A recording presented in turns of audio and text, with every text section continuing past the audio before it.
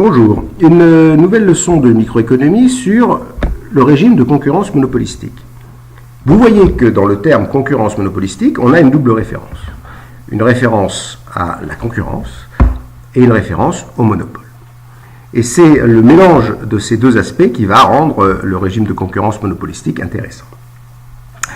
Pour comprendre comment vont se comporter les entreprises et quelle va être la situation qui va prévaloir à l'équilibre à moyen terme, on va commencer par se demander qu'est-ce qui relève de la concurrence et qu'est-ce que ça produit comme effet, ce régime de concurrence, et qu'est-ce qui relève du monopole et qu'est-ce que ça produit comme effet. Alors, l'hypothèse de la concurrence monopolistique est que les entreprises au sein d'une branche d'activité, un certain nombre d'entreprises, 5, 8, 10, supportent toutes des coûts fixes. Ce qui fait que, vous voyez ici, leur coût moyen est continuellement décroissant. On est donc dans la partie où on enregistre des économies d'échelle. Ce coût moyen décroissant va couper ici la demande, c'est-à-dire le revenu moyen, en un point. Et pour ce point-là, on va avoir ici la particularité que le revenu moyen étant égal au coût moyen, le profit va être égal à 0. C'est le régime de concurrence. Il existe donc une quantité Q étoile, ici, vous voyez, telle qu'on va avoir un profit nul. Deuxième aspect de la concurrence monopolistique, l'aspect monopole. L'aspect monopole se traduit par l'égalité ici entre le revenu marginal et le coût marginal. C'est-à-dire que l'entreprise va pouvoir pratiquer un prix au-dessus de son coût marginal du fait de son pouvoir de marché. Cette égalisation revenu marginal-coût marginal, on la retrouve ici, un peu plus bas, où vous voyez le coût marginal est également continuellement décroissant.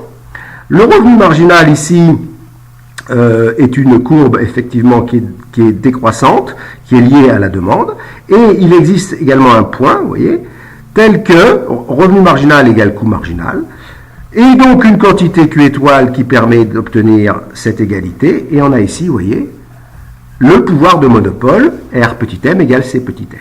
Donc ce qui est assez étonnant, c'est qu'il y a une quantité à moyen terme, que l'on ne trouve pas immédiatement, que l'on l'obtient par les entrées et les sorties d'entreprise.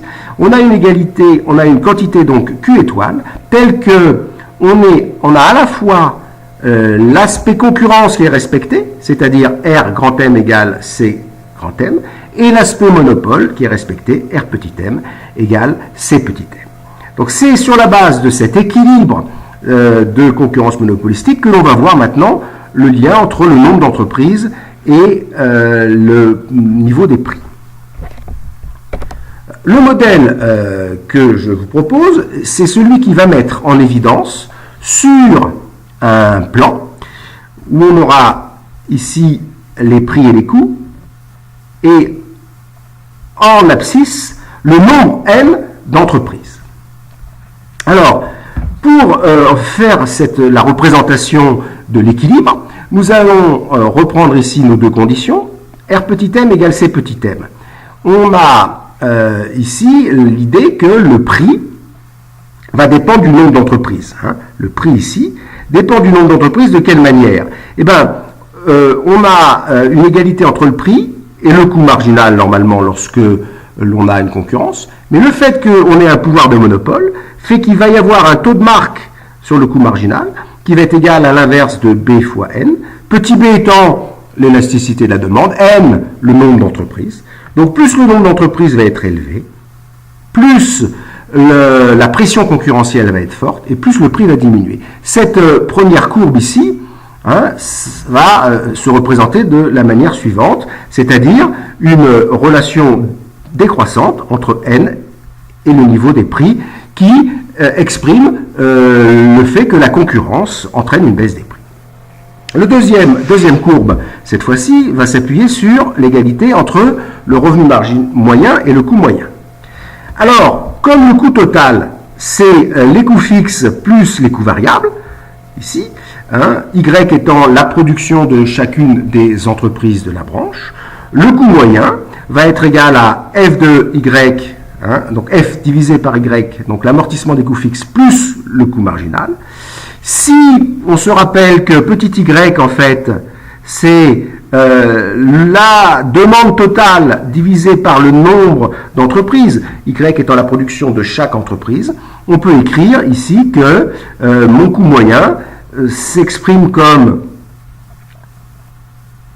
cette expression, c'est-à-dire le nombre d'entreprises fois les coûts fixes divisés par la demande totale plus le coût marginal. Donc quelque chose ici, vous voyez, qui va croître qui va exprimer le fait que plus le nombre d'entreprises est élevé, plus les coûts fixes vont peser sur chaque entreprise, donc plus on va avoir ici un prix qui va monter, et inversement, plus la taille du marché YT va être forte, plus le nombre d'entreprises va pouvoir, pour un amortissement de coûts fixes donné, être élevé également.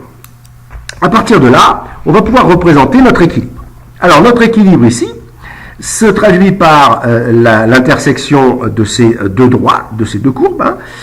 Celle qui représente ici l'effet de monopole, l'effet de concurrence, on va dire, sur le comportement de monopole, c'est-à-dire que, effectivement, plus le nombre d'entreprises va être élevé, plus le prix va baisser.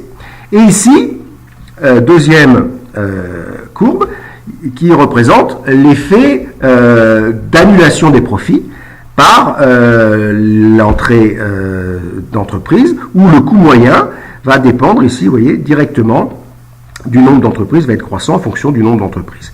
À l'équilibre, on obtient, et c'est ça qui est intéressant, ici, un nombre d'entreprises viables en régime de concurrence monopolistique et un prix moyen des différentes variétés produites.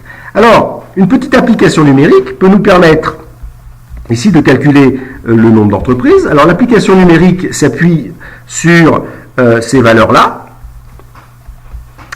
à savoir que le nombre d'entreprises à l'équilibre, ça va être la racine de donc 10 000, c'est la demande totale, divisé par on aura ici B, le petit paramètre qui mesure l'élasticité, 0,02, fois les coûts fixes, ici, 5, ce qui va nous donner racine de 100, ce qui va nous donner 10.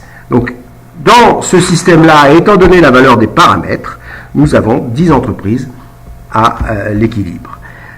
Ce modèle de concurrence monopolistique va être très utile lorsque l'on va s'intéresser au commerce international, par exemple, et à l'ouverture de deux pays qui vont échanger et qui vont se retrouver dans une situation de concurrence monopolistique en économie internationale. Je vous remercie.